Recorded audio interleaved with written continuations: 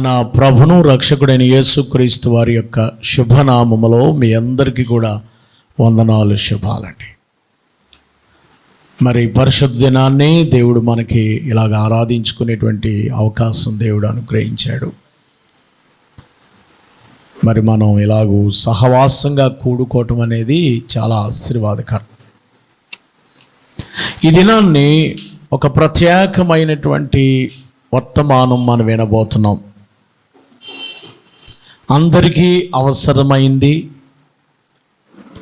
మీ జీవితాల్లో చాలా ఇంపార్టెంట్ అయినటువంటి ముఖ్యమైన వర్తమానాన్ని మీకు అందించబోతున్నా.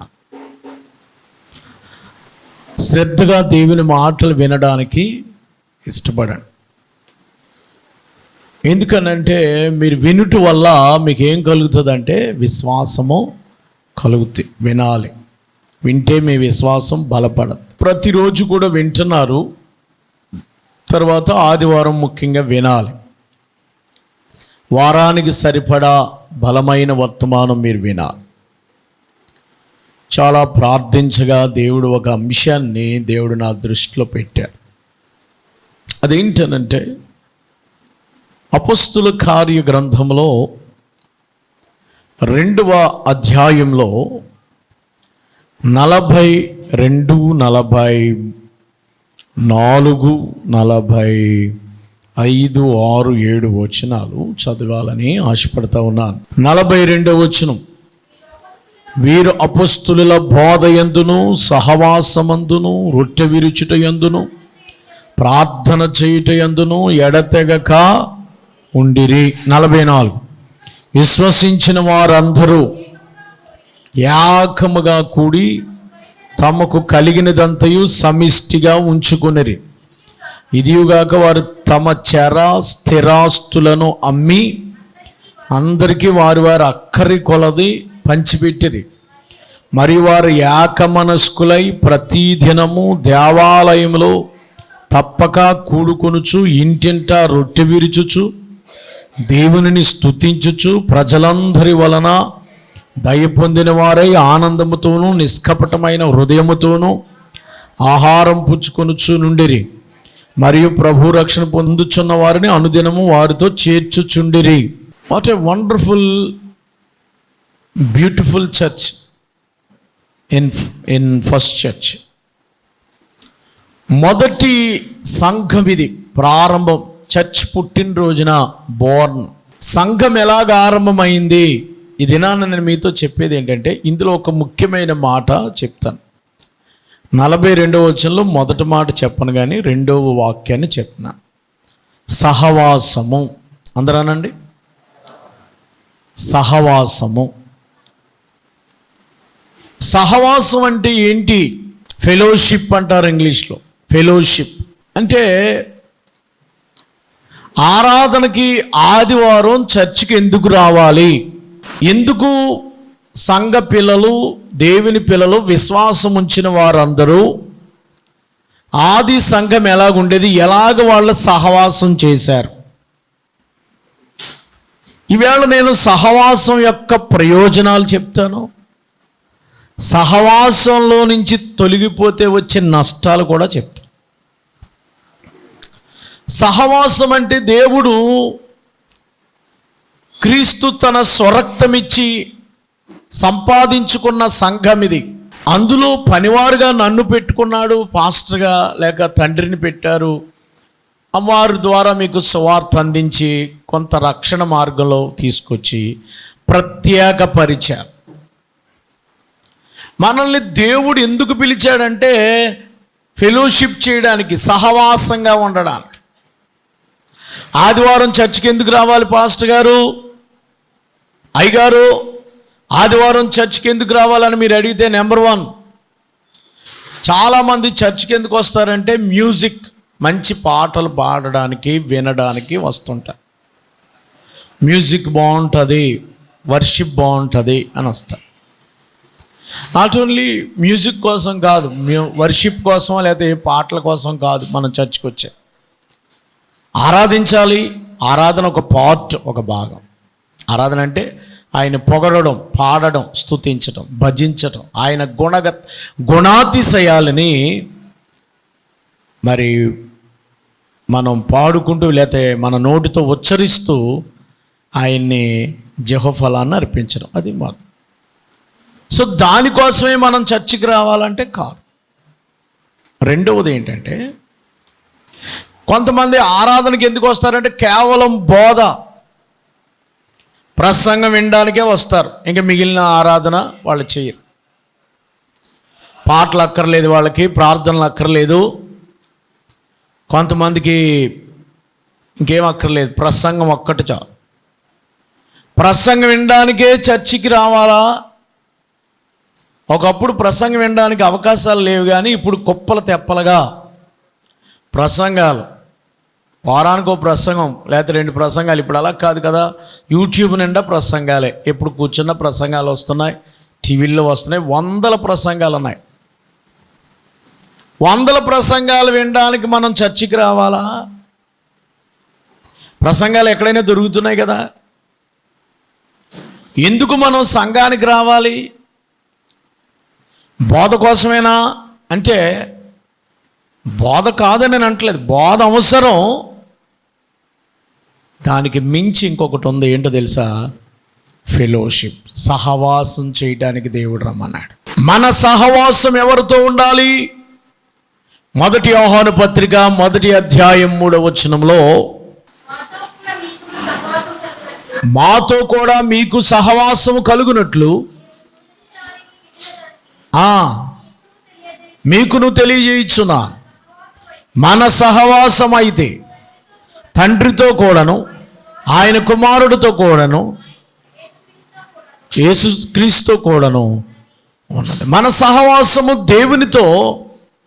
ప్రియులారా, ఆదివారం చర్చికి ఎందుకు రావాలంటే సహవాసం చేయడానికి. కేవలం పూర్వకాలం సంఘం, ఆది సంఘము ఏమండి, ఏదో ఆదివారం ప్రార్థన చేసుకుని ఆయనకి దండం పెట్టుకుని ఆయనకి నమస్కరించుకుని 4 పాటలు పాడి ఒక కానుక ఇచ్చి ఓ ప్రసంగం విని కాసేపు కట్టేసి వెళ్ళిపోవడానికి కాదు. ఆది సంఘం అలా రాలే, ఫస్ట్ చర్చ్ అలా రాలేదు. ఫెలోషిప్ చేయడానికి, ఒకరితో ఒకరు సహవాసము, interaction. You build up fellowship with others. ఇతరులతో సహవాసం చేయడానికి సంఘం అనగా సహవాసము. ప్రియులారా, చాలామంది వేళ ఏం జరుగుతుందంటే పెద్ద పెద్ద స్క్రీన్స్, అమ్మా చర్చెస్లో ఏమొస్తున్నాయంటే పెద్ద పెద్ద స్క్రీన్స్ వస్తున్నాయి. స్క్రీన్స్ అంటే పెద్దవి పెట్టేస్తున్నారు, ఎల్ఈడీస్ టీవీలాగా ఉంటాయి. దాని స్క్రీన్ల మీద, ఆ స్క్రీన్ల మీద వాక్యాలు ప్రసారం చేస్తున్నారు. అక్కడ సహవాసం కనిపించట్లేదు. పాస్టర్ గారితో సహవాసం లేదు, కాపరితో సహవాసం లేదు, సంఘస్థులతో ఎవరి మట్టుకాలు రావడం, కూర్చోవడం, ఆ స్క్రీన్ మీద ఆయన ఏం చెప్తుంటే అది చేయడం, పాడనంటే పాడడం, వినంటే వినడం, కానుకలు ఏంటంటే వేసి వెళ్ళిపోతున్నారు. కానీ తెరతో కమ్యూనికేట్ అవ్వలేము. తెర సంఘాలు ఉన్నాయి, కొన్ని తెర సంఘాలకు దేవుని చిత్తానుసారమైనవి కావు. కొన్ని ఈ చర్చెస్ అంటే ఈ ద్వారా అంటే ఇంటర్నెట్ చర్చెస్ అన్నమాట. ఎవరిళ్ళలో వాళ్ళు కూర్చోవటం, ఈమెయిల్ అదేమంటాం, ఈ చర్చ్ అని పెట్టారు దానికి, ఆ యొక్క జూమ్ చర్చెస్ లాగా. ఎవరింట్లో ఉండడం, వాళ్ళతో ఉండడం, అలాగా మనిషి సహవాసం లేకుండా పోతుంది. ఆన్లైన్ చర్చెస్, ఆన్లైన్లో ఎవరింట్లో వాళ్ళు ఉండడం, వాళ్ళు టీవీలో చూడడం, వెళ్ళిపోవడం. దేవుడు దీని కొరకు సంఘాన్ని ఏర్పాటు చేయలేదండి. ఆన్లైన్ చర్చెస్ దేవునికి విరుద్ధమైనవి. టెక్నాలజీ నేను ఇష్టపడుతున్నాను, టీవీలు ఇష్టమే, ఇంటర్నెట్లు ఇష్టమే, జూములు మంచివే, అన్నీ మంచివే, కానీ అవి ఉపయోగకరమే. కానీ కొన్నిసార్లు అవి మన సహవాసాన్ని డిస్ట్రక్షన్ చేస్తున్నాయి. డిస్ట్రక్షన్ అంటే మన బంధాలు తెంచేస్తున్నాయి. దేవునితో సహవాసం చేయవలసిన మానవుడు, నా సహవాసం దేవుడితో అండి, నేను ఇంట్లో ఉంటానంటే అది కాదు. దేవుడు అలా చెప్పలేదు. దేవుడు సంఘమును ఏర్పాటు చేశాడు. ప్రియ దేవుని బిడ్డలారా, చాలామంది సహవాసం అంటే ఏమనుకుంటున్నారంటే ఏదో ఒక పెద్ద చర్చ్కి వెళ్ళడం, కొన్ని వేల మంది ఉండడం, అక్కడ ఒకరితో ఒకరికి కనెక్షన్ ఉండవు, ఒకరంటే ఒకరికి పరిచయాలు ఉండవు, ఒకరంటే ఒకరికి తెలియదు. ఇది దేవుడి ఏర్పాటు. ఇలాంటి సంఘాన్ని దేవుడు కోరుకోలేదు. దేవుడు ఏర్పాటు చేసిన సంఘం ఏంటి? ఆదిలో సంఘం 10,000 ఉన్నా కూడా, ఆది సంఘం 1,00,000 మంది ఉన్నా కూడా, ఫస్ట్ చర్చ్ 3,000 మంది సంఘంలో చేర్చబడ్డారు, ప్రత్యేకించబడ్డారు, మారు మనసు పొందారు, బాప్తిసం పొందారు. ప్రార్థనలో ఎదగడానికి కొరకు 4 స్తంభాల మీద దేవుడు సంఘాన్ని కట్టాడు. ప్రియ దేవుని బిడ్డలారా, దేవుడు దీని ద్వారా సంఘాన్ని వేళ డిజిటల్స్ లేకపోతే ఇంటర్నెట్స్ మంచివే, కానీ కొంతమంది లైవ్ ఇచ్చేస్తున్నారు. లైవ్లో ఇంటికాడ కూర్చొని చూడండి, మీరు చర్చికి రాకపోయినా పర్లేదు అన్నట్టుగా చేస్తున్నారు.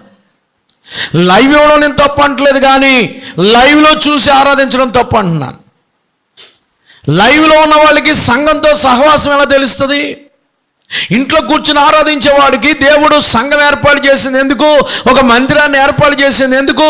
మీరు సమాజంగా కూడమని చెప్పింది ఎందుకు? సంఘముగా ఆరాధించమని, ఆదివారం పరిశుద్ధ మందిరంలో గడపమని దేవుడు చెప్పింది ఎందుకు? సహవాసం చేస్తారని. ఒకరితో ఒకరు రిలేషన్షిప్ విత్ అదర్స్ బిల్డప్ చేయండి. ఒకరితో ఒకరు, అమ్మా సంఘస్థులందరితో మీరు ఒకరితో ఒకరు ఫెలోషిప్ కలిగి ఉన్నారా? That is the real church. Fellowship అంటే అర్థం ఏంటంటే షేర్ విత్ అదర్స్. షేర్ చేయండి. ఏంటి షేరు? షేర్, ప్రతి దాంట్లో షేర్. ఆది సంఘం షేరే కదా. షేర్ ఏంటి? Share love, share participant, sharing participation, sharing truth, sharing help, sharing with others, sharing with use. అంటే ఇంగ్లీష్ చెప్తున్నాను, తెలుగు అర్థం అవ్వట్లేదు కదా మీకు. ఇప్పుడు తెలుగులోకి వస్తా. ఏంటో తెలుసా? షేరింగ్ అంటే పంచుకోవటం. సంఘాన్ని దేవుడు ఎందుకు ఏర్పాటు చేశాడంటే పంచుకునేవారట. ఏంటి పంచుకోవాలి? ప్రేమను పంచుకోవడానికి దేవుడు సంఘాన్ని పెట్టాడు. ఇంట్లో కూర్చున్న వాడికి ప్రేమ పంచడం తెలుస్తుందండి? ఆదివారం చర్చికి రానివాడికి తెలీదు. ప్రేమ పంచుకోవాలంటే ఎవడు ఉండాలి? ఏమండి, ప్రేమ పంచుకోవాలంటే ఎవరు ఉండాలి? పోనీ మీకు అర్థం అవడానికి, ఒక అమ్మాయి అబ్బాయి ప్రేమించుకుంటున్నారు అనుకోండి, ఒక్కడే ప్రేమించుకుంటాడు, ఇద్దరు కలిసి ప్రేమిస్తారా? ఇద్దరు ఉండాలి కదా ప్రేమించుకోవడానికి. తల్లిదండ్రులు పోనీ తండ్రి కొడుకు అనుకోండి, అమ్మాయి అబ్బాయిలు వదిలేండి, మాకు అంతా మేము ఆయన్ని వదిలేసామని పరిశుద్ధులు అంటారు, రైట్, ఓకే. పోనీ తల్లి పిల్లలు ప్రేమించుకున్నారనుకో, పిల్లలు ఉండాలి అక్కర్లేదా? పక్కోడిని ప్రేమించడానికి పక్కోడు ఉండాలి అక్కర్లేదా? నువ్వు ప్రేమ లేనోడు సంఘానికి రాలేవు. ప్రేమను పంచాలి. సంఘస్థులు, విశ్వాసులు ఏం పంచుకోవాలండి?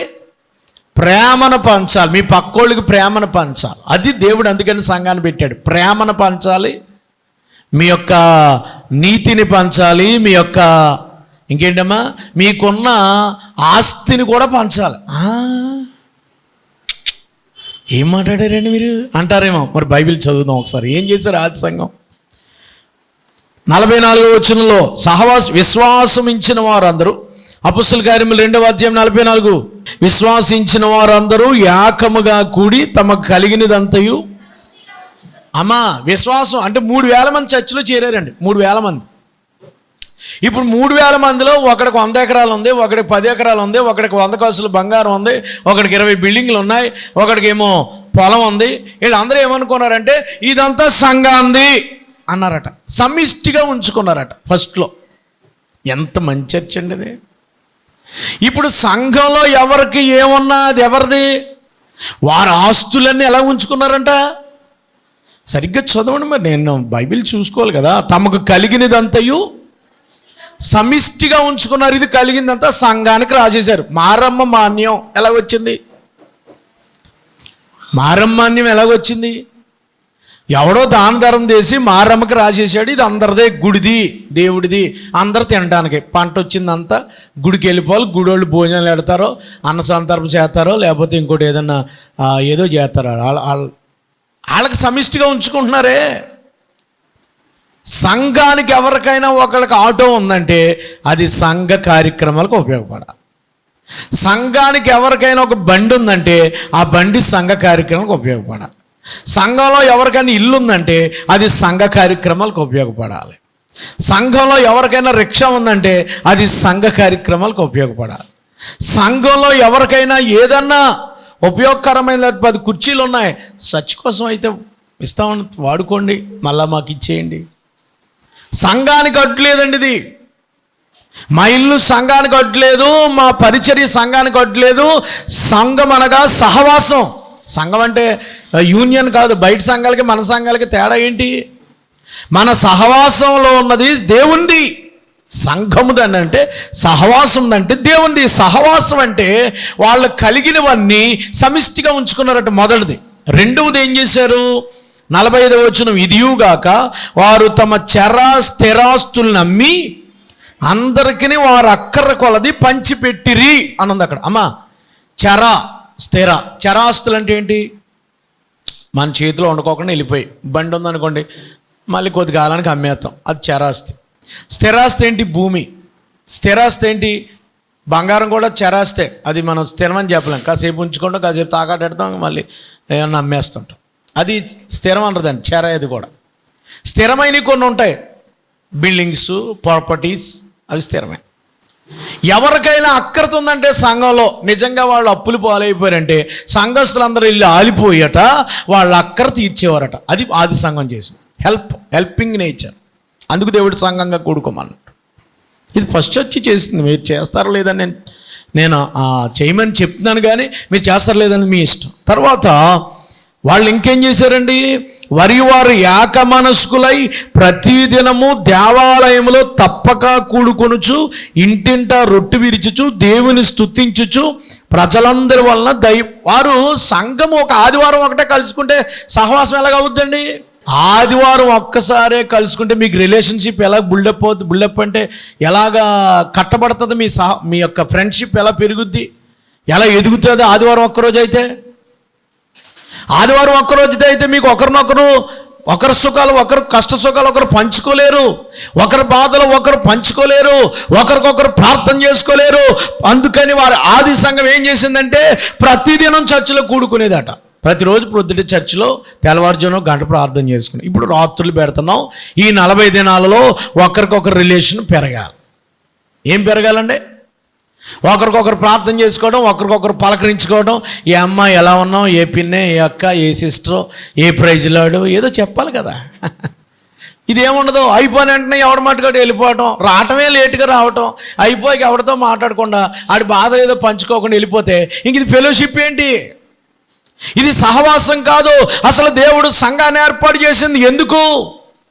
ఒకరినొకరు పట్టించుకుంటారని కదా, ఒకరినొకరు కలిసి ఉంటారని కదా, ఒకరినొకరు సమిష్టిగా ఉంటారని కదా, ఒకరినొకరు అన్యోన్యంగా ఉంటారని కదా దేవుడు సంఘాన్ని ఏర్పాటు చేసింది. We are not individuals. మనము వ్యక్తిగతంగా మరి మా ఇండివిజువల్స్ అంటే మనం ఎవరికారే అన్నట్టు కాదు. మనమందరము అది క్రీస్తు సంఘము. దేవునికి స్తోత్రం. వారు అనుదినము కూడుకున్నారంట, రొట్టె విరిచారంట, స్తుతించారంట. ఇప్పుడు సహవాసం వల్ల వచ్చేటువంటి ఉపకారాలు ఏంటో ఒక 5 చెప్తాను, రాకపోతే నష్టాలు కూడా చెప్పేస్తాం. దేవునికి స్తోత్రం చెల్లిద్దాం. సహవాసంలో ఉండడం వల్ల సంఘంలో సహవాసం అనగా సంఘం అనగా సహవాసం. ఇప్పుడు ఫెలోషిప్, మనం సహవాసంలో ఉండడం అంటే అర్థం ఏంటంటే మొట్టమొదట క్రీస్తు శరీరంలో నువ్వు ఒక పార్ట్. అందుకని సహవాసంలోకి రావాలి. ఇంట్లో కూర్చుంటానంటే అవ్వదు. క్రీస్తు శరీరంలో ఒక భాగం. ఎందుకని? పరిశుద్ధ గ్రంథంలో ఒక మాట మీరు చదువుతారండి. 1 కొరింథీయులకు రాసిన పత్రిక 12వ అధ్యాయం 12వ వచనం. కొన్ని రెఫరెన్స్లు ఇస్తాను చూడండి. 1 కొరింథీయులకు రాసిన పత్రిక 12వ అధ్యాయం 12వ వచనం. ఎలాగూ శరీరము ఏకమై ఉన్నను, అనేకమైన అవయవములు ఎలాగు ఉన్నవో, ఎలాగూ శరీరమే కవములన్నీ అనేకములై ఉన్నను, ఒక్క శరీరమై ఉన్నవో అలాగే క్రీస్తు ఉన్నాడు. అలాగే మనం యూదులమైన, గ్రీస్ దేశస్థులమైన, దాసులమైన, స్వతంత్రులమైన మనందరము ఒక్క శరీరమే. అది క్రీస్తు శరీరము. దేవునికి స్తోత్రం. ఇప్పుడు శరీరంలో ఎన్ని భాగాలు ఉన్నాయి? మన బాడీ, దీని బాడీ అంటారు కదా. ఈ బాడీలో ఎన్ని భాగాలు ఉన్నాయి? ఎన్ని ఉన్నాయి? చాలా భాగాలు ఉన్నాయి. అయితే మరి సైన్స్ చదువుకున్న వాళ్ళని డాక్టర్ గారిని అడగాలి, మరి ఎవరైనా బయాలజీ కానీ లేకపోతే మెడిసిన్ చదివిన వాళ్ళకి తెలుసు ఎన్ని భాగాలు ఉన్నాయి. కొన్ని చెప్పగలను నేను, ఎన్ని ఉన్నాయో కొన్ని చెప్పగలను. ఎన్ని ఉన్నాయి? 206 ఎముకలు ఉన్నాయి, అది తెలుసు నాకు. ఎన్ని ఎముకలు ఉన్నాయి? 206 ఎముకలు ఉన్నాయి. తర్వాత ప్లేట్లైట్స్ ఏమో 1,00,000 నుంచి 2 లక్షల నుంచి ఒక 6 లక్షల వరకు 5 లక్షల వరకు వైట్ సెల్స్ ఉన్నాయి. రెడ్ సెల్స్ ఉన్నాయి. వైట్ సెల్స్ ఏమో 4,000 నుంచి అలా ఉంటాయి. అయ్యో కొన్ని లెక్కలు అంతే నాకు. ఏమ్మా చాలా రక్త కణాలు ఉన్నాయి నా బాడీలో.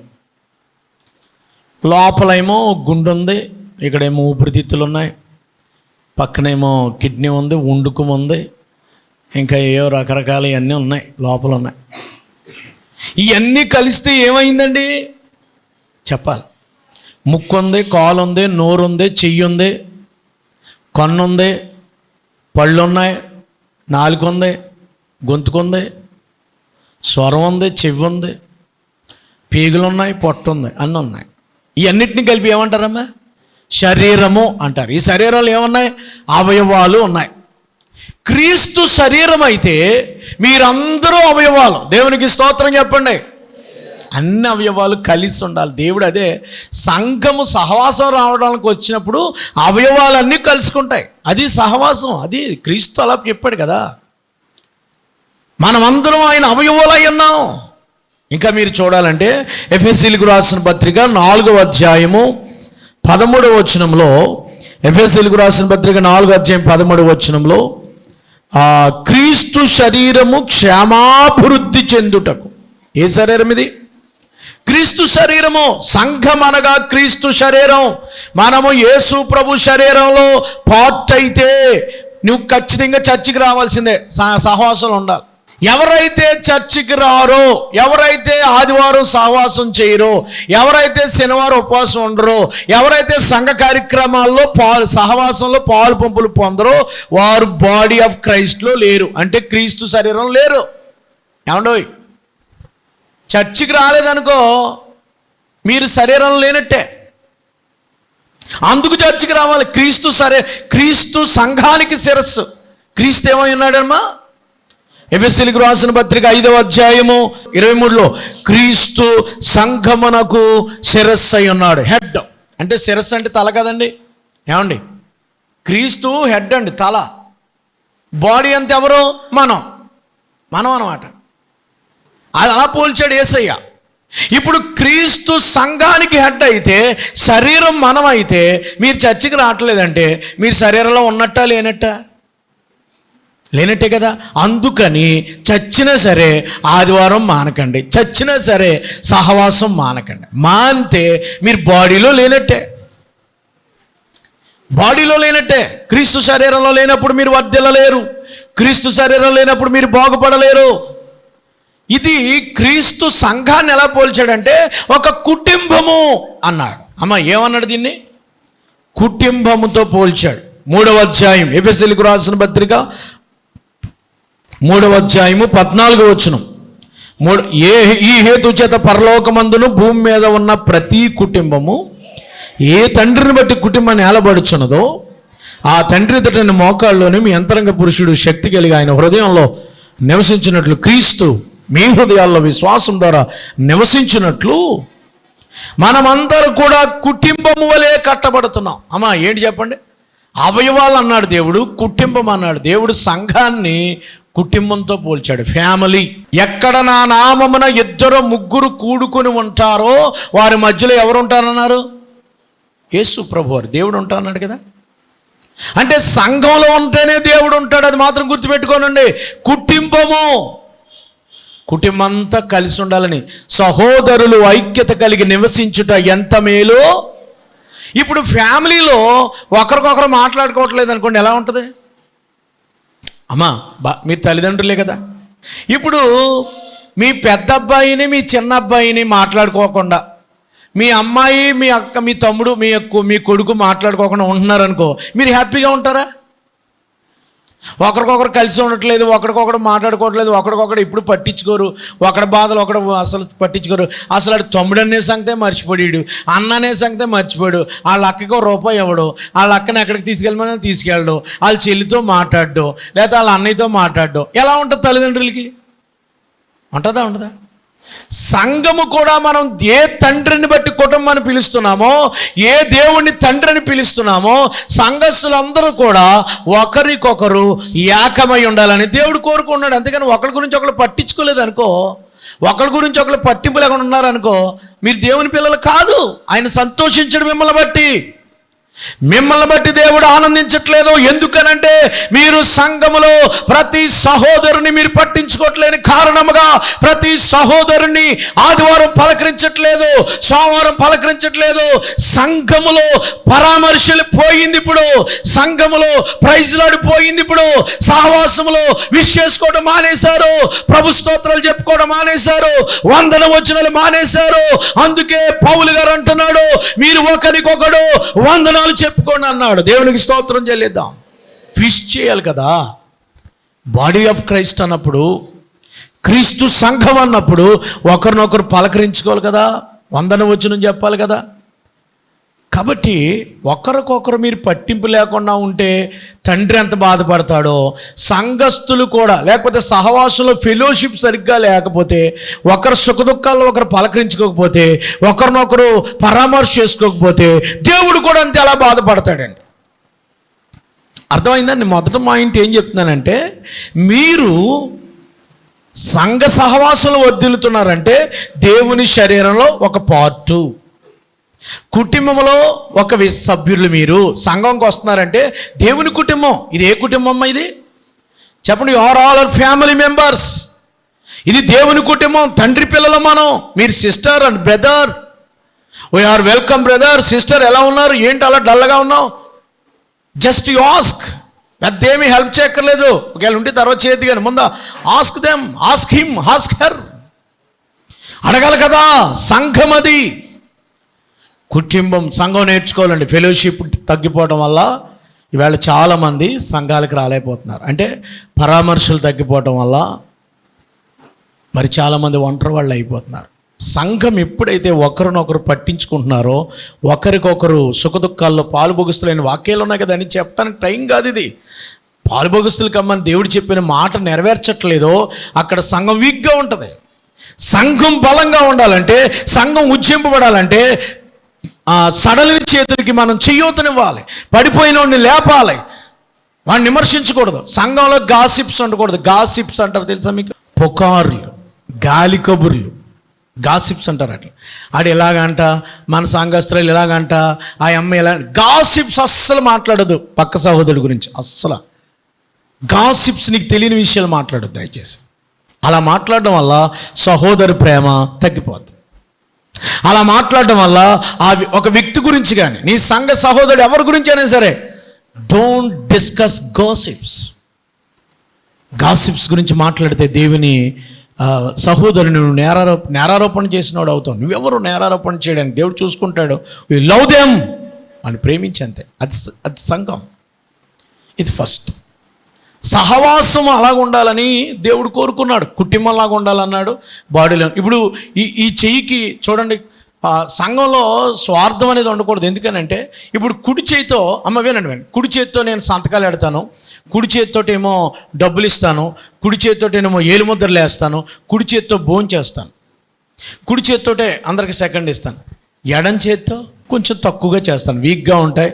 ఈ చేతితో పెద్ద పని ఉండదు. అయినంత మాత్రాన్ని ఎడం చేయి అన్న బాధపడుద్ది అంటారా? కుడి చేయి అన్న ఎక్కువగా ఉంటుంది అంటారా? ఉండదు. రెండు కలిసి పనిచేస్తాయి. కుడి చేయికి ఎక్కువ పని ఉంది, ఎడం చేయికి తక్కువ పని ఉందని ఏం ఫీల్ అవ్వో. రెండు కలిసి పనిచేస్తాయి, రెండు చప్పట్లు కొడతాయి, రెండు ప్రేమిస్తాయి. లైక్ దట్ అదే విధంగా సంఘం ఉండాలని దేవుడు కోరుకున్నాడు. అందుకని అర్థమైన దేవుని స్తోత్రం చెప్పండి. ఇప్పుడు సంఘం అంటే ఏంటి చెప్పండి, అందరూ చెప్పాలి. మీరు సహవాసం అంటే ఏంటి? క్రీస్తు శరీరంలో ఒక భాగం, ఒక ఆర్గన్, ఒక వ్యక్తివి, ఒక కుటుంబంలో ఒక సభ్యురాలివి. కాబట్టి సంఘస్థులందరూ ఎవరు చెప్పండి? నీ బ్రదర్స్ అండ్ సిస్టర్స్. సహవాసంలో అందరినీ పలకరించాలి, అందరితో మాట్లాడాలి, అందరి సుఖదుఖాల్లో పాలు పంపులు పొందాలి, అందరి ఇంట్లో కార్యక్రమాలకు వెళ్ళాలి, అందరితో మంచిగా ఉండాలి, అందరి గురించి చెడ్డుగా మాట్లాడకూడదు, గాసిప్ చెప్పకూడదు. దేవుడు చెప్పాడు, నేను కాదు. ఇది ఫస్ట్ పాయింట్. సెకండ్కి వచ్చినప్పుడు సంఘము వల్ల మనకు వచ్చే ప్రయోజనం ఏంటంటే, మొదటి తెస్సలోనికి రాసిన పత్రిక 5వ అధ్యాయము 11వ వచనం. కాబట్టి మీరు ఇప్పుడు చేయుచున్నట్లుగానే ఒకనికొకడు ఆదరించి ఒకనికొకడు క్షేమాభివృద్ధి కలుగు చేయుడి. అమ్మా, సంఘములో ఏం దొరుకుతుందంటే ఆదరణ. ఏం చేయాలండి సంఘస్థులు? మీరిప్పుడు చేయుచున్నట్లుగానే మీరు ఒకనికొకడు ఆదరించి ఒకరికొకడు క్షేమాభివృద్ధి. సంఘంలోకి వస్తే ఏం జరుగుతుందంటే ఒకళ్ళకొకళ్ళకి ఆదరణ దొరుకుతుందట. ఒంటరిగా ఉన్నవాడు ఆదరణ పొందలేడండి. ఒంటరిగా లోన్లీగా ఉన్నవాడు పిచ్చోడు అయిపోతాడు.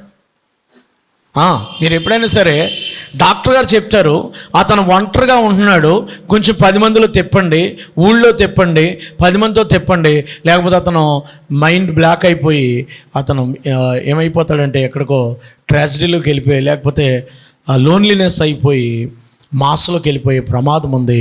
అలా చేయకండి అని చెప్తారు. ఒంటరిగా ఉండడం వల్ల ఆదరణ దొరకదు. నలుగురితో కలవలేకపోతున్నామంటే సంఘములో కలిస్తేనే నీకు ఆదరణ. సహవాసంలోకి వస్తే పలకరింపు ఉంటుంది. ఒక ఆయన ఫస్ట్ చర్చ్కి వెళ్ళినప్పుడు అక్కడ సంఘస్థులందరూ ఆయన పలకరించడం, ఆయన కొరకు ప్రార్థన చేయడం, ఇలా బ్రదరు అలా బ్రదర్ అని చెప్పడం ఆయనకి ఎంతో నచ్చిందంట. అందుకని సహవాసానికి వెళ్ళడం మొదలుపెట్టాడు. ఇప్పుడు సంఘ బిడ్డలు ఏం చేయాలంటే ఒకరికొకరు ఏం చేసుకోవాలమ్మా? ఆదరించుకొనుడి. రెండోది ఏంటంటే సంఘానికి రావటం వల్ల మనకు దొరికేది ఏంటంటే సహవాసం వల్ల ఏం దొరుకుతుందంటే ఆదరణ. ఒకళ్ళు పడిపోతే ఒకళ్ళు లేవనెత్తేదే సంఘం.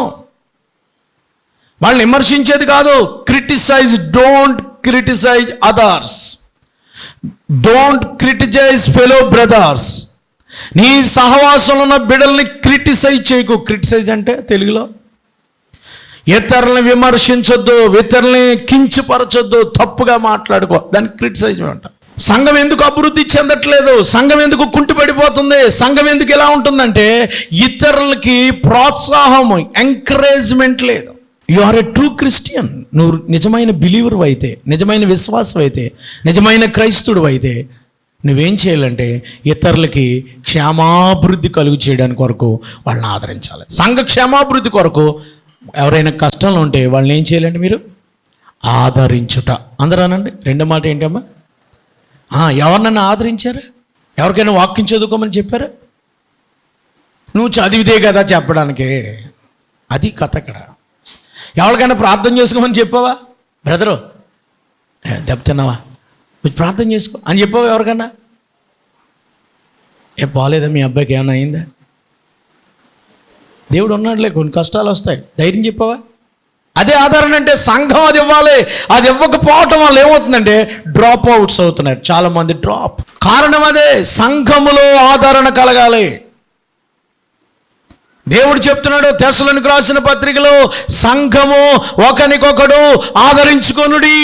నన్ను ఎవరు ఆదరించట్లేదండి అంటే నువ్వెవరన్నా ఆదరించావా? అది ఎవరి మట్టుకాళ్ళే. నన్ను ఎవరు ఆదరణ అంటే ఎలాగ? అందరూ ఇదే మాట అనుకుంటే ఎలాగా? అందుకనే నిజమైన క్రిస్టియన్ అట, నిజమైన విశ్వాసం అంట, నువ్వు నిజంగా విశ్వాసం అయితే ఇతరులను ఆదరిస్తావు. అదే నువ్వు ఇతరులను ఆదరించలేకపోతున్నావు అంటే you are not fellowship with God. నువ్వు దేవునితో సహవాసం లేదు.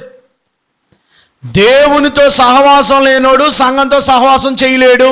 ఇంకంతే, కొటేషన్ అంతకంటే. దేవునితో సహవాసం ఉన్నవాడు సహోదరులతో సహవాసంగా ఉంటాడు. దేవునితో రిలేషన్ బాగున్నవాడు సంఘస్థులతో రిలేషన్ బాగా పెట్టుకుంటాడు. దేవునితో ప్రార్థనతో కమ్యూనికేట్ అయినాడు సంఘాన్ని గురించి పట్టించుకుంటాడు. నీ సహవాసాన్ని గురించి నువ్వు ఎప్పుడు పట్టించుకుంటావు? అట్లీస్ట్ ఒకరినైనా ప్రభువులోకి నడిపించే అనుభవం లేదు నీకు. ప్రార్థన చేసుకోమని అనుభవం లేదు నీకు. హెల్పింగ్ నేచర్ లేదు నీకు. సంఘం ఏం చేయాలనంటే కష్టకాలంలో ఉన్నవారికి, శ్రమలలో ఉన్నవారికి సంఘం ఏం చేస్తుందంటే ఆదరణ కలుగు చేస్తుంది. సపోజ్ ఎవరైనా నిద్రించారనుకోండి, ప్రభు దగ్గరికి వెళ్ళారు, సంఘం ఏం చేయాలి? అక్కడ వాళ్ళ భోజనాలు, వాళ్ళ ఆలనాపాలు మన సంఘస్థులు చూస్తున్నారు, కాదంటలేదు నేను, చేస్తున్నారు, చాలామంది చేస్తున్నారు. కేవలం భోజనం పెట్టి ఊరుకుంటాం కాదు, ఇది కూర్చుని కాసేపు పలకరించి ప్రభువు దగ్గరికి వెళ్ళారు, సహవాసం, ఫెలోషిప్ విత్ దెమ్. వాళ్ళు ఆదరణ పొందుతారు. మాకు సంఘం ఉంది, ఎవరైనా వివాహం చేసుకున్నారు లేదా ఎవరైనా ఏదైనా సంతోషకరమైన కార్యక్రమం జరుగుతున్నాయి, సంఘం అక్కడ ఉండాలా. మాకు సంఘం ఉంది, సహవాసం ఉంది, బ్రదర్స్ అందరూ వచ్చారు, చాలా హ్యాపీగా ఉందండి నాకు. ఇది కుటుంబం. ఆదరణ కలిగించేది. సుఖ దుఃఖాల్లో సుఖంలోనూ కలుసుకోవాలి, కష్టాల్లోనూ కలుసుకోవాలి. ఒక విషయం చెప్పి నేను ముందుకు వెళ్తాను. అదేంటనంటే, ప్రభునందు ప్రియులారా, ఒక ఆయన రోడ్డు మీద వెళ్తున్నాడు. ఆయన రోడ్డు మీద వెళ్తుంటే దొంగలు అతన్ని కొట్టి కొట్టి కొట్టి అతని దగ్గర ఉన్న ఆయన్ని తీసేసుకుని రోడ్డు మీద పడేశారు, పక్కన పడేశారు. కొర ప్రాణంతో ఉన్నాడు. అతడు క్రైస్తవుడు. అతడు ఎవరండి? అతడు యూదుడు. అతడు యెరూషలేము నుంచి యెరికోకి వెళ్తున్నాడు. ఈ దారిలో ఏం జరిగిందంటే ప్రమాదం వచ్చి పడింది. ఈ దారిలో ప్రమాదం రావటం వల్ల జరిగిన విషయం ఏంటంటే, అతడు కొర ప్రాణంతో మొట్టమొదట వెళ్ళినోడు ఎవరమ్మా? పాస్టర్ గారు. మన సంఘస్థులు రోడ్డు మీద పడిపోయాడండి. ఏమండి వినంటున్నారా? అక్కడే పిల్లకాయల కూడా ఎక్కడ కొట్టేసి పడేశారు మన సంఘస్థులే. మొదలు చూసింది ఎవరు? పాస్టర్ గారు. ఎవరు? సర్లే మళ్ళీ పాస్టర్ గారు బరిని డ్రిర్ని వెళ్ళిపోయాడు. ఎందుకంటే పట్టించుకోండి వెళ్ళిపోయాడు. ఎందుకని? మళ్ళీ ఆగితే, మళ్ళీ ఏదైనా చేస్తే ఏదైనా తేడా వస్తుందని, మళ్ళీ ఇవన్నీ కడగాలని హాస్పిటల్ తీసుకెళ్ళి గొడవ అంతా ఎందుకని పాస్టర్ గారు వెళ్ళిపోయాడు. పాస్టర్ గారి తర్వాత ఎవరు వెళ్ళారు? సంఘ పెద్దలు వెళ్ళారట. సంఘ పెద్దలు వెళ్ళారు. ఆయన బండేసుకు వెళ్ళిపోయిన తర్వాత మన సంఘ పెద్దలే ఎవరు ఆడే వస్తానుండు, కొంచెం కంగారుగా ఉంది నాకు, వస్తానండి మార్కెట్కి ఇప్పుడే సంతకి వెళ్ళాలి. ఈడేం ప్రాణాలతో కొర ప్రాణంతో ఉన్నాడు, చచ్చిలా ఉన్నాడు. ఈయనేమన్నాడు? కూర తెచ్చుకోవాలి, ఇప్పుడే 5 అయిపోయింది, ఇంటికాడ లేట్ అయిపోతాను, కూరకి వెళ్ళిపోతున్నాడు కానీ అని అలాగ వదిలేశాడు. ప్రేమ ఉందంటారా? ఏమన్నా నేను చెప్పింది ఇది? అమ్మ నేను చెప్పాను ఇది. ఎవరు చెప్పారు ఇది? యేసుప్రభు చెప్పారు. ఎక్కడ? లోకాసువార్త 10వ అధ్యాయం. ఏమ్మా అంతే కదా? చదవండి మరి, చదివండి ఒకసారి, అందరూ తెరవండి ఒకసారి. ఇలాంటివి గుర్తు తెచ్చుకోవాలండి, లేకపోతే ప్రమాదం అయిపోద్ది మనకి. లోకాసువార్త 10వ అధ్యాయము చదవమ్మా. 25 నుంచి ఉందనుకుంటా. ఇంకా నిన్ను వలె నీ పొరుగుని ప్రేమించడం అంటే ఏంటంటే ఇక్కడ చెప్పేసాడు ఆయన. 30వ వచనం. అందుకు యేసు ఇట్లైన ఒక మనుషుడు యెరూషలేము నుండి యెరికో పట్టణానికి దిగి వెళ్ళి దొంగల చేతిలో చిక్కెను. అతడు బట్టలు దోచుకుని అతను కొట్టి కొరప్రాణంతో విడిచిపెట్టిరి. అప్పుడు యాజకుడు ఆ త్రోవన వెళ్ళుట తటస్థించెను. అతను చూచి ప్రక్కగా పోయిన అలాగుననే లేవీడొకడు ఆ చోటుకి వచ్చి ప్రక్కగా పోయెను. అయితే ఒక సమరయుడు ప్రయాణమైపోవచ్చు అతడు పడి ఉన్న చోటుకు వచ్చి అతన్ని చూచి అతని మీద జాలిపడి, అమ్మా ఎవరెవరు వెళ్ళిపోయారంట? లేవీడు ఆ చోటుకు వచ్చి పక్కకి వెళ్ళిపోయాడు. పాస్టర్ గారు చూసి పక్క వెళ్ళిపోయాడు. సంఘస్థులందరూ పక్క వెళ్ళిపోయారంట.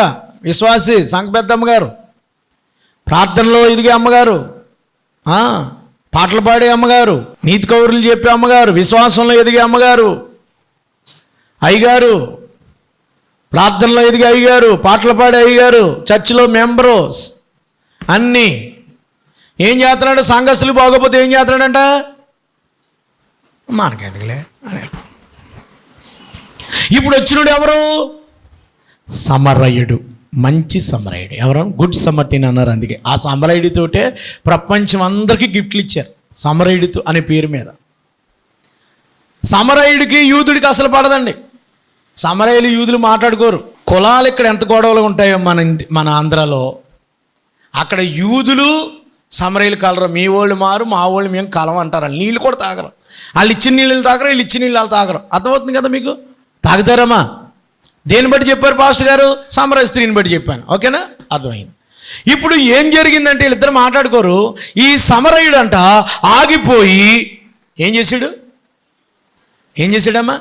అతనికి గాయాలన్నీ కట్టేసి నీళ్లు చల్లి కొంచెం ద్రాక్షారసం పట్టించి, ఆయన దగ్గర కొంచెం ద్రాక్షారసం అది కొంచెం పట్టించి రొట్టు ముక్కలు ఇచ్చి భుజం మీద వేసుకుని గాడిద మీద ఎక్కించుకుని తీసుకొచ్చి ఎక్కడ పెట్టాడట? 33వ వచనం. అయితే ఒక సమరయుడు ప్రయాణం అయిపోవచ్చు, అతను చూచిన అతని మీద జాలిపడి దగ్గరకు పోయి నూనెను ద్రాక్షారసం పోసి అతని గాయాలు కట్టి తన వాహనం మీద ఎక్కించుకుని పూట కూలి వాని ఇంటికి తీసుకుని పోయి అతనిని పరామర్శించెను. దేవునికి స్తోత్రం. సంఘం ఏం చేయాలంటే పరామర్శ చేయాలి. దేవునికి స్తోత్రం చెప్పండి. ఈ గాయపడిని ఎక్కడ తీసుకొచ్చి పెట్టారండి? పూట కూలి వాని ఇల్లు అంటే అర్థం ఏంటంటే సంఘములో పెట్టారట. దేవునికి స్తోత్రం. గాయపడిని తీసుకొచ్చి సంఘంలో పెట్టారు. సంఘం ఏం చేయాలంటే పరామర్శించాలి, గాయాలు కట్టాలి. పూటకోళ్ళ వానికి మరునాడతడు ఏం చెప్పాడట? 2 ధ్యానాలు ఇచ్చి పూటకోళ్ళ వానికి ఇచ్చాను.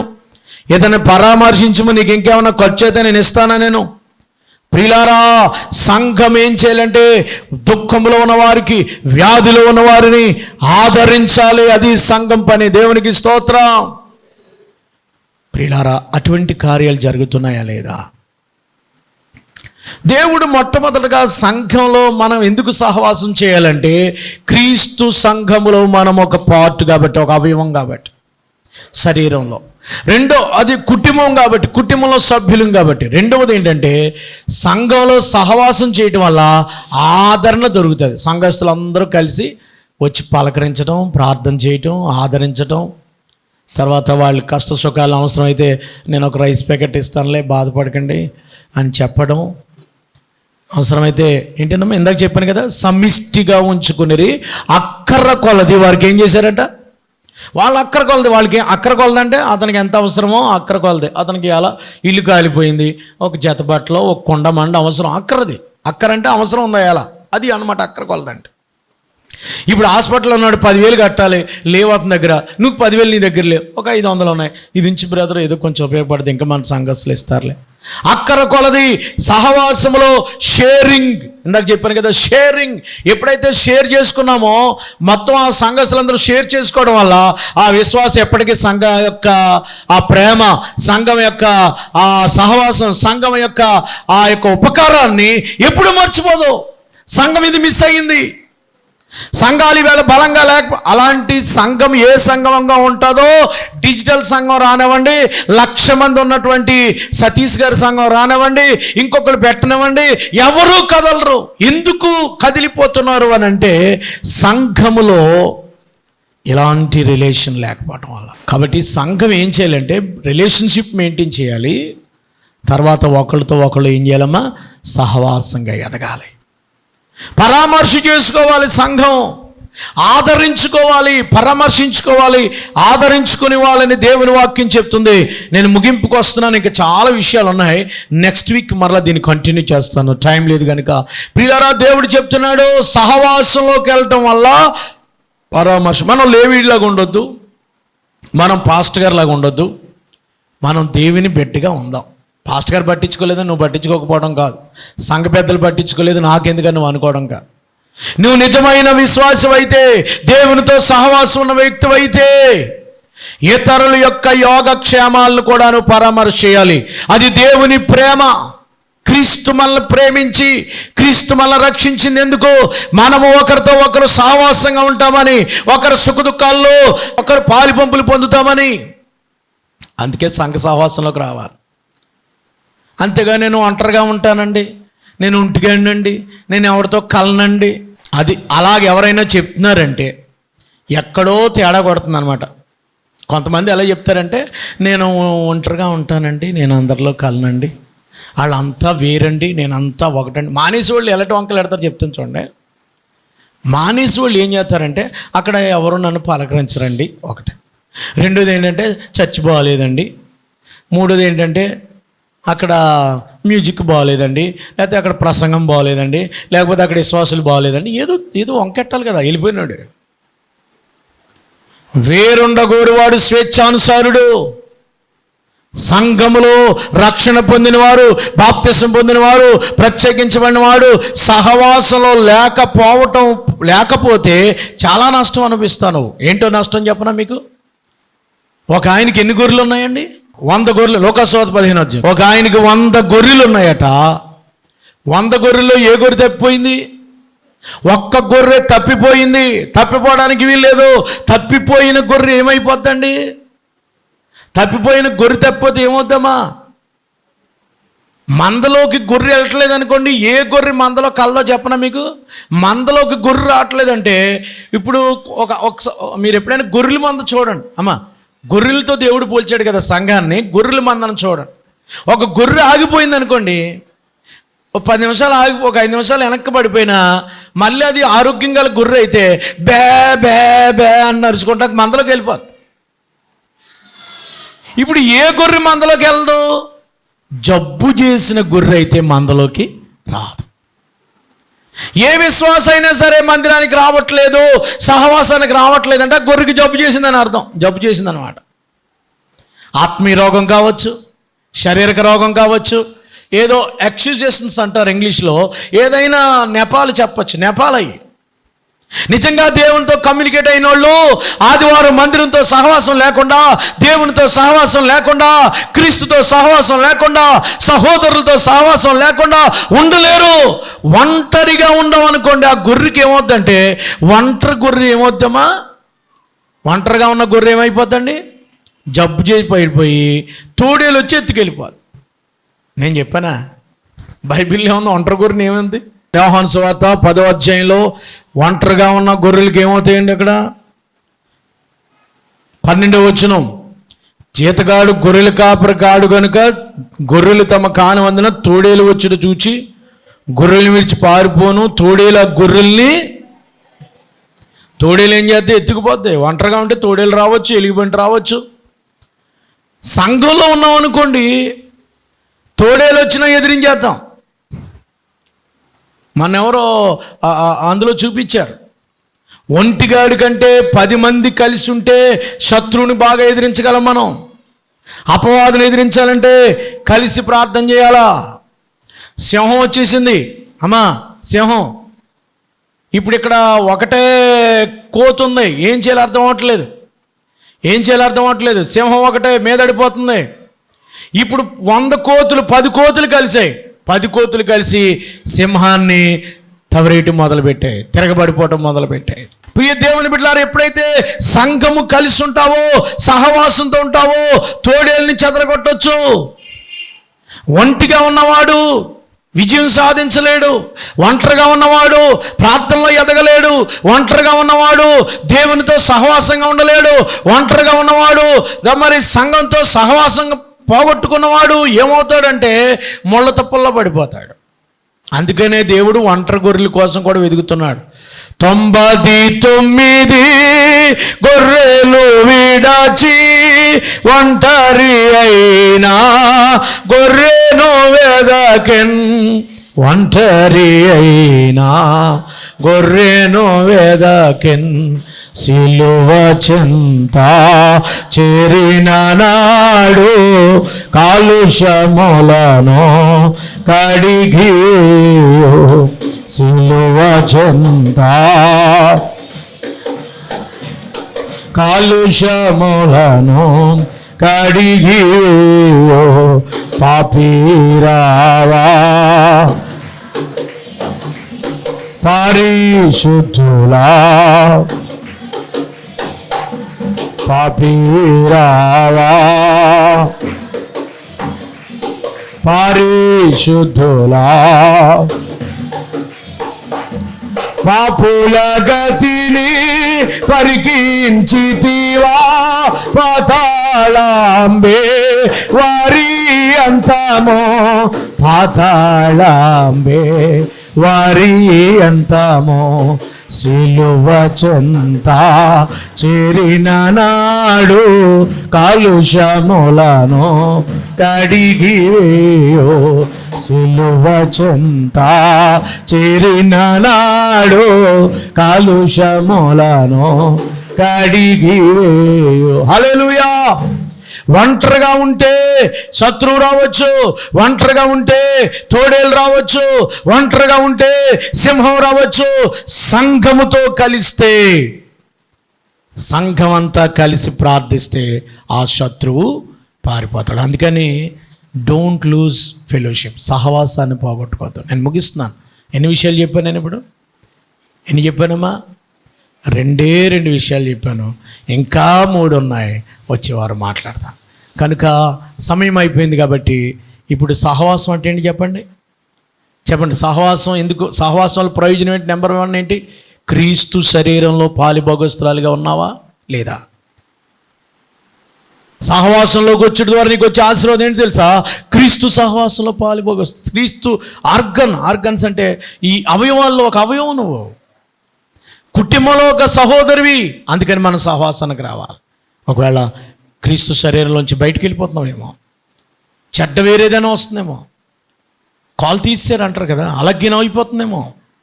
నో నువ్వు అలా బయటికి వెళ్ళడానికి వెళ్ళలేదు. దేవుడు నిన్ను రక్షించుకుని దేవుని కొరకు ప్రాణం పెట్టి దేవుడు నిన్ను ఆశీర్వదించింది ఎందుకంటే నువ్వు ఆశీర్వదించబడాలని, క్రీస్తు శరీరంలో వర్ధిల్లాలని, ఎదగాలని. ఒకటి. రెండవది, నువ్వు ఆదరించబడాలంటే సహవాసానికి రావాలి. సంఘస్థులందరి చేత నువ్వు ఆదరించబడతావు. సంఘం కూడా అలాగ ఆదరించే బాధ్యత చేస్తున్నారు లేదో పరీక్ష చేసుకోవాలి. అలా ఉన్నావు లేదో తల్ల ఉంచండి, ప్రార్థన చేసుకుందాం. ఒకవేళ తప్పిపోయిన గొర్రెలాగా వెళ్ళిపోతున్నావేమో, దేవుడు నీ కోసం వెతుకుతూ ఉన్నాడు. అయ్యో నువ్వు ఒంటరిగా ఉంటే నశించిపోతావు, ఒంటరిగా ఉంటే ఆత్మీయంగా ఎదగలేవు, ఒంటరిగా ఉంటే ప్రార్థన చేసుకోలేవు, పడిపోతావు. చూడండి, ఎలోనుగా ఉన్నవాడు పాపాలు చేయడానికి అవకాశం ఉంది. సంఘంతో ఉన్నవాడు పాపం చేయలేడు, ఎందుకంటే ఒకళ్ళు హెచ్చరిస్తారు, ఒకళ్ళు గద్దిస్తారు. దయచేసి సంఘ సహవాస ఆరాధనకు మానొద్దండి. అయ్యా చాలా పనులు ఉండొచ్చు, కానీ నువ్వు ఆదివారం ఎందుకు రావాలంటే కేవలం బోధ వినడానికే కాదు, నీ పక్క సహోదరుని పలకరించడానికి, నీ పక్క సహోదరుని చూడడానికి, కనీసం ప్రార్థనకన్నా విషయం. కంగారుకి వెళ్ళిపోయి ఎవరితో నీకు నిమిత్తం లేదన్నట్టుగా ఉంటే ఇది ఫెలోషిప్ అనిపించదు, ఇది దేవుడు కోరుకున్న సంఘంగా లేదు, దేవుని ఆశీర్వాదం అక్కడ ఉండదు. సహోదరుల ఐక్యత కలిగి నివసించుట ఎంత మేలు, ఎంత మనోహరమో. అక్కడ ఆశీర్వాదమును శాశ్వత జీవమచ్చట ఉండాలన్నాడు. నీ సహవాసాన్ని ప్రేమిస్తున్నావా?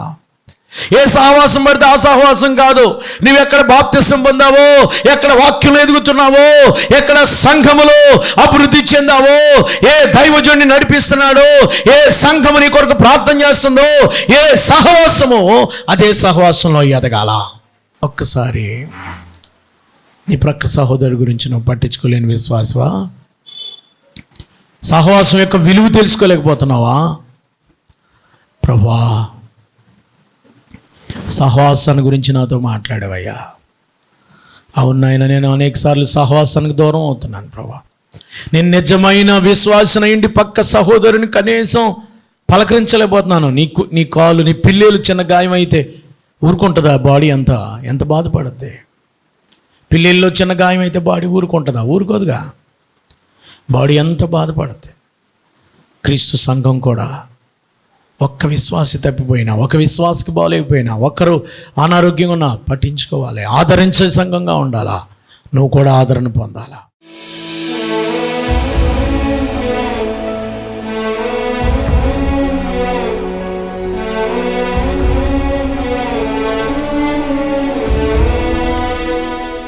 మహాపరిశుద్ధుడు అయిన మా తండ్రి, మధ్యాహ్న సమయంలో విత్తబడిన వాక్యం అందరి హృదయాలు భద్రపరచండి. సహవాసాన్ని గురించిన కొన్ని విషయాలు మీరు మాతో మాట్లాడారు. విత్తబడిన వాక్యము అందరి హృదయాల్లో భద్రపరచండి. వాక్యానుసారమైన జీవితం దయచేయండి. మమ్మల్ని ప్రత్యేకంగా ఉండడానికిని, పరిశుద్ధులుగా ఉండడానికిని, సహవాసంగా ఉండడానికి మమ్మల్ని పిలిచావు. ఎందుకు మాకు సహవాసం అవసరం మాతో మాట్లాడావు. సహవాసం ఎందుకు అని అంటే ప్రభువా, నీలో బాలిభాగస్తులై ఉండడానికి, క్రీస్తుని ప్రేమించేవారుగా క్రీస్తు సంఘంలో పాలిభాగస్తులు అవ్వడానికి. సహవాసం ఎందుకో మాతో మాట్లాడావు. ఆదరించబడడానికిని, ఇతరుల్ని ఆదరించడానికిని. ఇట్టి సహవాసంగా మా సంఘాలను, వాక్యం విన్నవారిని సిద్ధపరచమని, విత్తబడిన వాక్యం ఫలింపచేయమని, ఆశీర్వదించమని యేసు ప్రభు వారి పేరట వేడుకొనుచున్నాము తండ్రి. ఆమేన్.